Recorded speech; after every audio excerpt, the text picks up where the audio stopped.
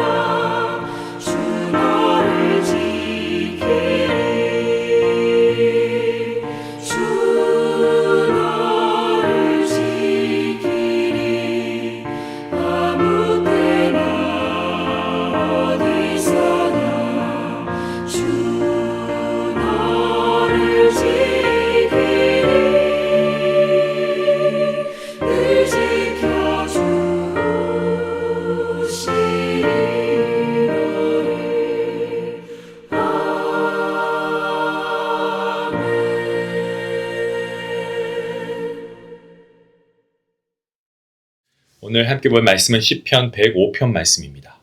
시편 105편 23절부터 45절까지의 말씀.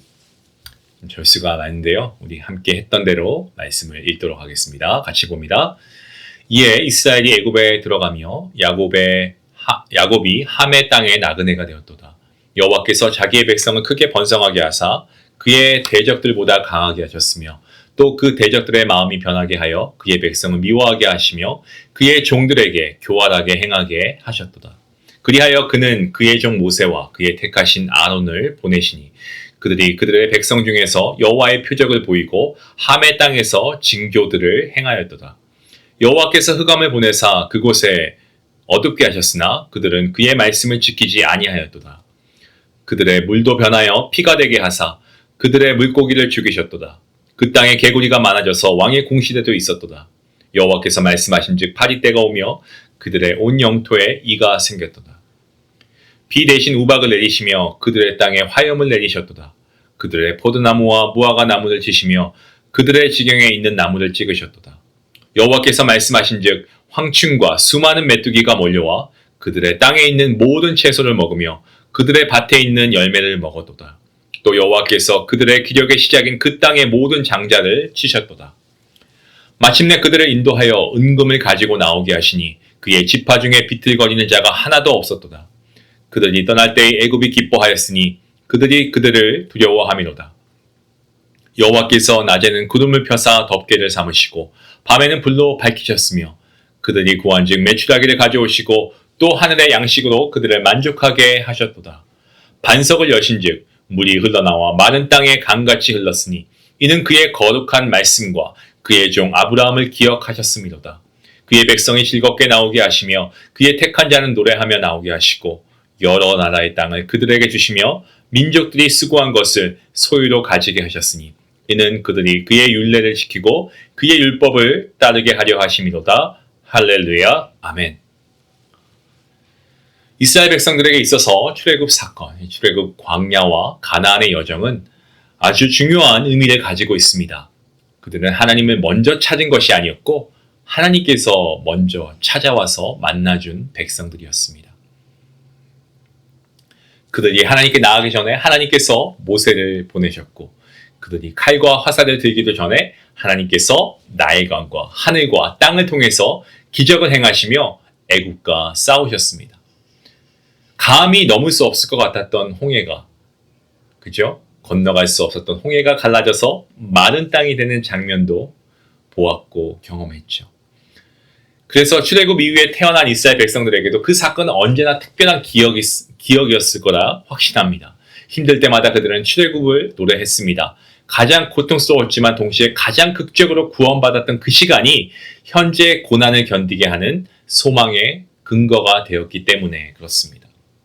저와 여러분도 마찬가지입니다. 우리가 출애굽을 노래하던 백성들의 노래, 우리가 시편으로 읽고 듣고 기도하면서 살아갑니다.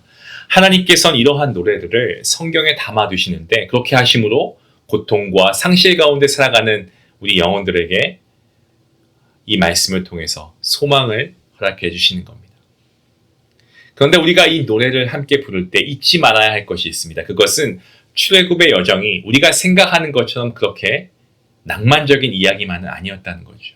이스라엘 백성은 애굽에서 크게 번성해지고 강해졌습니다. 하지만 바로 그 이유 때문에 그들 마음이 변하기 시작하죠. 그들은 이스라엘을 미워하고 교활하게 대하고 학대합니다. 많은 사람들이 정말 이유 없이 미움을 받게 되었습니다. 날마다 누군가를 싫어하고 나를 억누르려고 한다는 현실, 사람의 몸과 마음은 스스로 무너뜨리지 않습니까? 그런 이스라엘 백성들의 힘듦 가운데서 하나님께서 모세와 아론을 보내십니다. 이것 또한 처음부터 쉬운 것은 절대 아니었습니다. 우리가 아는 것처럼 이스라엘 백성들, 바로 왕의 눈치만 보는 것이 아니고 모세의 말만 듣고 따를지 말지 선택을 해야 하는 거죠. 또한 그 선택에는 분명한 대가가 따랐습니다. 바로가 더 무거운 노동을 시켰고 백성들은 모세와 아론을 원망하기까지 이릅니다. 구원의 길은요 결코 편안한 길로 시작되지 않습니다. 하지만 하나님께서 결국에 10가지 재앙을 통하여서 이스라엘 백성들을 애굽에서 이끌어내셨고 그리고 은과 금도 가지고 나올 수 있게 허락하십니다. 우리가 이 말씀만 봤을 때는 겉으로 보기에 놀라운 승리처럼 보이지만 그들이 이 출애굽한 후에 바로 나아간 곳은 그 광야인 것을 우리가 말씀을 통해 보게 됩니다. 어디로 가는지 알 수 없고 어떻게 살아야 할지도 막막한 곳이었습니다. 낮에는 그 뜨거운 햇살 때문에 구름이 없으면 견딜 수가 없고 밤에는 추위 때문에 불이 없으면 두려움과 추위에 떨어야 하는 곳이 광야였습니다. 먹을 것이 없으니까 메추라기가 아니면 고기가 없었고 또한 어디 광야에 물이 있겠습니까? 반석에서 물이 터져 나오지 않으면 목마름을 해결할 수 없는 곳이었습니다. 만약 그들이 처음부터 광야에서 40년을 보내야 한다는 사실을 알았다고 한다면 누구도 선뜻 그 길을 가려고 하지 않았을 겁니다. 그런데 하나님께서는 그 길을 인도하시죠. 성경은요, 그들이 즐겁게 나오고 노래하고 나왔다고 이야기합니다. 하지만 그 노래 이후에 펼쳐진 현실은 이전보다 더 가혹하고 더 불안한 자리였던 것도 사실입니다. 가나안에 들어가는 것이 정말 힘들었습니다. 하나님께서 땅을 주신다고는 했는데 그 땅은 아무 대가 없이 주어진 것이 아니었습니다. 전쟁도 해야 했고요. 적들과 맞서야 했고 목숨을 걸어야 했습니다. 약속의 땅도 싸움 없이 얻는 그런 낭만적인 축복이 아니었다는 말씀입니다. 우리의 삶을 보면 어떻습니까? 우리가 과거를 너무 쉽게 미화하는 경우가 있죠. 여러분, 출애굽한 이 사건, 이것은 하나님의 위대한 구원의 역사이지만 동시에 두려움과 고통과 불안과 기다림의 시간이었습니다. 다만 중요한 것은 그 고통의 시간이 훗날 시편을 부르는 백성들에게 이르게 되어서 하나님의 구원하심과 신실하심을 노래하는 완전한 소망의 메시지가 되었다는 사실입니다. 그들은 여전히 고통과 상실의 세상 가운데 살고 있었지만 지나온 시간을 돌아보며 하나님께서 함께 하셨음을 깨닫게 됩니다. 그래서 그 고난의 시간조차 하나님을 찬양하는 예배의 일부였다는 사실을 알게 됩니다. 우리의 삶도 마찬가지입니다. 지금 우리가 지나고 있는 괴롭고 고독한 현실, 당장 이해되지 않을 수 있습니다. 왜 이런 광야를 지나야 하는지, 왜 나에게 이런 일들이 있는지, 왜 이렇게 시험과 환난이 오래 가는지, 왜 기쁨 이후에 다시 두려움이 오는지 알 수 없을 때가 많습니다. 하지만 여러분, 분명히 믿으시기 바랍니다. 하나님의 손길을 따라 걷는 걸음은요, 결코 헛되지 않습니다.